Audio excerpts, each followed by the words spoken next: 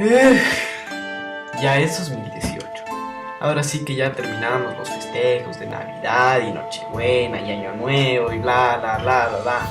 Toca regresar al trabajo, a los estudios, a la rutina diaria. ¿Y qué mejor manera de hacerlo que con un top? Por eso ahora les traigo las 10 guerras más importantes del mundo antiguo. Se define como guerra a un conflicto social en el que dos o más grupos humanos relativamente masivos se enfrentan de manera violenta mediante el uso de armas de toda índole, resultando en muertes y grandes daños materiales. Para elaborar este top, he tomado en cuenta todos aquellos conflictos que ocurrieron antes de la caída del Imperio Romano, y no los he ordenado de más importante a menos importante, me he limitado a ordenarlos de más antiguo a más reciente. Debo recordarte que este top está basado únicamente en mi opinión, y si tú no estás de acuerdo con la lista o con alguna información dada durante el video, por favor solo exprésalo en los comentarios. Número 1. La unificación de Egipto.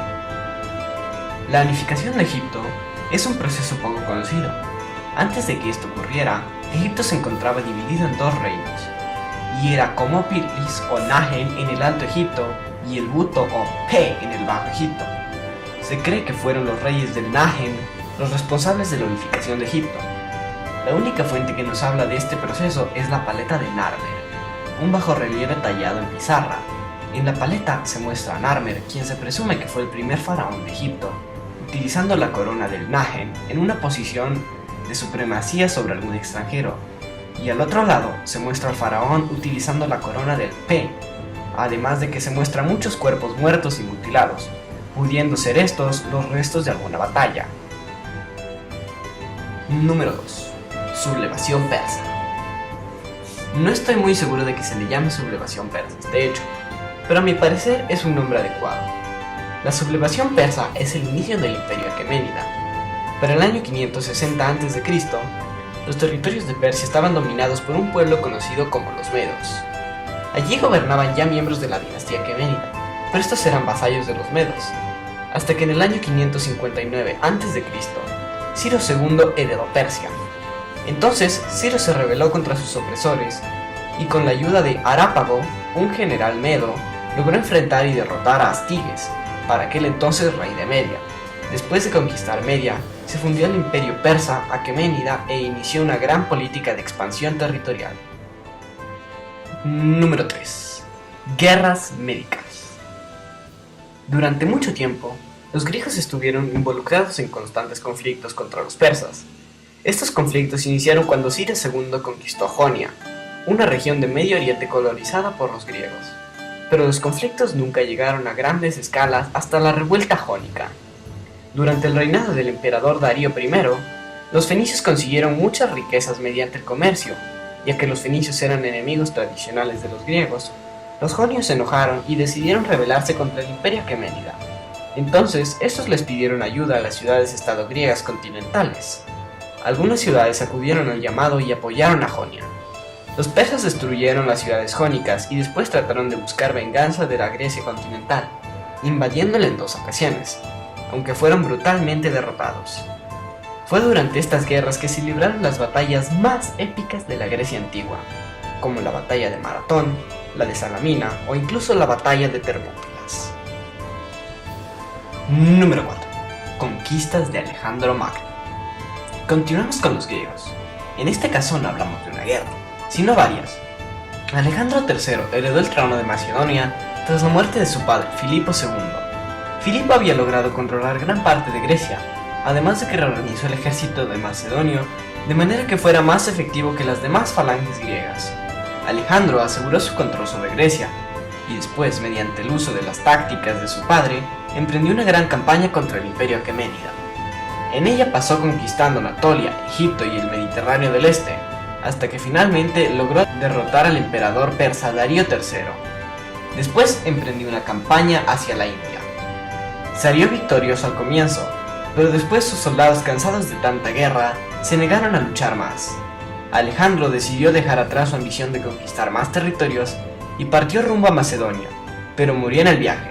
Durante su corta vida, Alejandro forjó uno de los mayores imperios de la historia y se hizo reconocer como uno de los mejores generales y estrategas de todos los tiempos. Número 5. Guerras pírricas. Las guerras pírricas fueron conflictos entre las potencias del Mediterráneo de la época. El rey Pirro de Épiro reunió un gran ejército que fue apoyado por muchas naciones helénicas, de Grecia y de la Magna Grecia, además de Egipto y de los rebeldes samnitas, para luchar contra Roma y Cartago y otros pueblos latinos.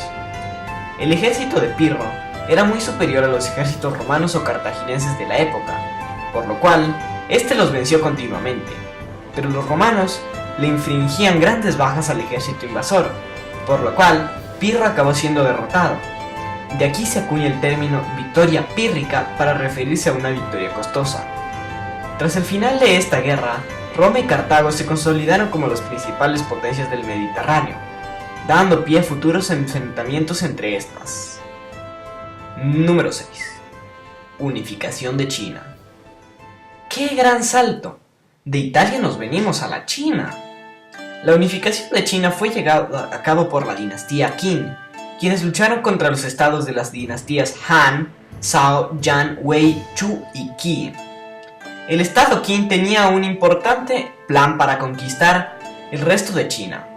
Realizó una alianza con los estados Yan y Qi para conquistar los estados pequeños del norte, Han y Zhao, y después conquistó el estado de Yan. Después conquistó el estado de Wei. Después de haber conquistado los estados del norte, el estado de la dinastía Qin ya tenía poder suficiente para enfrentarse al poderoso estado Chu. Después de haber conquistado Chu, conquistó a su antiguo aliado, Qi. Para el año 221 a.C., China se encontraba unificada bajo la dinastía Qin. Número 7. Guerras púnicas. Estamos de regreso en el mar Mediterráneo. ¿Recuerdan que Cartago y Roma se quedaron como las mayores potencias de este mar? Pues ahora a ellos les toca enfrentarse. Las guerras púnicas ocurrieron entre Cartago y Roma. Al comienzo, Roma se hizo con el control de Sicilia, expulsando a Cartago, teniendo así una victoria inicial. Pero después los cartagineses se hicieron con el control de Hispania, y ahí surgió un general llamado Aníbal. Sediento de venganza, este tal Aníbal atacó Roma. Se paseó libremente por Italia, derrotando legiones enteras con bajas mínimas. Pero cuando tuvo la oportunidad de atacar Roma, desistió. Aníbal acabó abandonando Italia tiempo después. Cartago fue devastada por los romanos. Los romanos se coronaron como claros ganadores de las guerras y Roma se consolidó como la principal potencia del Mediterráneo. Número 8. Guerra de las Galias. La Guerra de las Galias fue un conflicto librado entre el general romano Cayo Julio César contra diversas tribus de galos. Originalmente se trataba de una campaña para prevenir ataques por parte de los bárbaros, pero se transformó en una invasión a gran escala. La guerra terminó con la batalla de Alesia, tras la cual los bárbaros perdieron toda intención de luchar. Tras la guerra, todo el territorio de las Galias se incorporó a la República Romana, y Julio César se hizo de mucho renombre y muy querido por el pueblo romano. Número 9. Segunda Guerra Civil de la República Romana. Después de que Julio César fuera victorioso en las Galias, este era demasiado poderoso, por lo cual el Senado romano empezó a temer. Entonces, César fue declarado enemigo de Roma. César reunió a las legiones que habían luchado en las Galias y marchó hacia Roma. Los senadores que se le oponían, liderados por Pompeyo Magno, huyeron de Italia para poder reunir un ejército con el que hacerle frente a César. César salió en su persecución y derrotó a sus enemigos. Entonces regresó a Roma y se convirtió en dictador. Inició una gran reforma regal que sentó las bases para la creación del Imperio Romano. Número 10. Guerras judeo-romanas. Sin duda, los judíos se negaban a incorporarse al Imperio Romano. Judea fue una zona de tensión desde que se incorporó al imperio.